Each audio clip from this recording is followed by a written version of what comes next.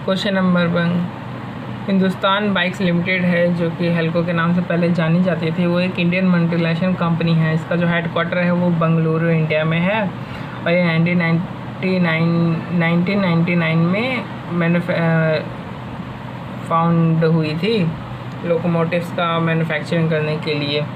जो कंपनी है वो इंडियन और इंटरनेशनल स्टॉक मार्केट में भी लिस्टेड है। एचबीएल की जो पेरेंट कंपनी है वो हिंदुस्तान ग्रुप है। ठीक है, ये फालतू की इन्फॉर्मेशन दे रखी है। फिर इधर जो मोस्ट रिसेंट मंथ, एक मंथ का यहाँ पे करंट ईयर का जो अभी जो मोस्ट रिसेंट मंथ है उसका इधर डाटा दे रखा है। कुछ कॉस्ट दे रखी है, ये कॉस्ट डाटा जिसमें कि कस्टमर सपोर्ट सेंटर कॉस्ट है, इक्विपमेंट टेस्टिंग कॉस्ट है, वारंटी रिपेयर कॉस्ट है, मैन्युफैक्चरिंग रिपेयर रीवर्क कॉस्ट है।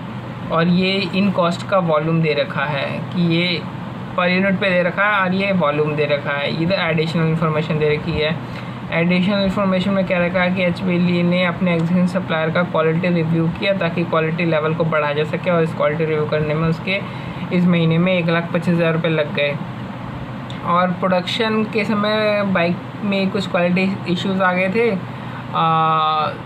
जिसके कारण जो है वो डाउन टाइम हो गया और डाउन टाइम में उसे खर्चा पड़ गया 7,70,000 रुपये का। तो अब ये कह रहा है कि रिक्वायर्ड है एक स्टेटमेंट बनानी है जिसमें कि टोटल क्वालिटी कॉस्ट हमें शो करना है।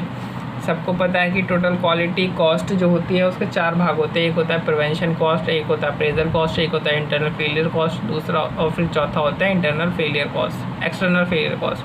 तो प्रिवेंशन, अप्रेजल, इंटरनल फेलियर और एक्सटर्नल फेलियर, तो ये सारी कॉस्ट है। हमें क्या करना है, सिंपल सा हमें इन सब कॉस्ट को उनके रिस्पेक्टिव ग्रुप में डालना है और इन सब का टोटल कर देना। तो सबसे पहले हम कस्टमर सपोर्ट सेंटर को देख लेते हैं। तो कस्टमर सपोर्ट सेंटर डिलीवरी की बाद की जाती है, इसलिए एक्सटर्नल फेलियर कॉस्ट हो गई। इक्विपमेंट टेस्टिंग कॉस्ट, इक्विपमेंट जो टेस्टिंग कॉस्ट होते हैं वो प्रोडक्शन के दौरान करी जाती है इक्विपमेंट की टेस्टिंग, तो उसे अप्रेजल कॉस्ट कहते हैं। वारंटी रिपेयर कॉस्ट ये डिलीवरी के बाद करी जाती है, इसलिए एक्सटर्नल फेलियर कॉस्ट कहते हैं। मैन्युफैक्चरिंग रीवर्क के प्रोडक्शन के बाद करी जाती है या मैन्युफैक्चरिंग की बात करी जाती है, क्योंकि ये रीवर्क है, दोबारा से मैन्युफैक्चर करना। तो एक बार मैन्युफैक्चर हो गया उसके बाद दोबारा से मैन्युफैक्चर करना, यानी मैन्युफैक्चरिंग रीवर्क। तो मैन्युफैक्चरिंग के बाद करी जाती है, तो ये इंटरनल फेलियर कॉस्ट हो गई और इसको सिर्फ इस इंटू कर देना है तो टोटल हमारी ये वाली कॉस्ट जो है वो निकल आएगी, क्योंकि ये पर यूनिट पे है और ये टोटल कितनी यूनिट है वो दे रखा है इसमें।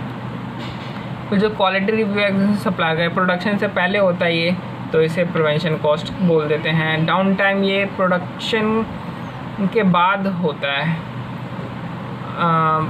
प्रोडक्शन के बाद होता है, तो इसे हम इंटरनल फेलियर कॉस्ट बोल देते हैं। बस इनको उनके ग्रुप में, रिस्पेक्टिव ग्रुप में, जैसे प्रिवेंशन कॉस्ट के ग्रुप में, अप्रेजल, इन सब के ग्रुप में डाल देना है और फिर बस इसका टोटल कर देना है और कुछ नहीं है करने को।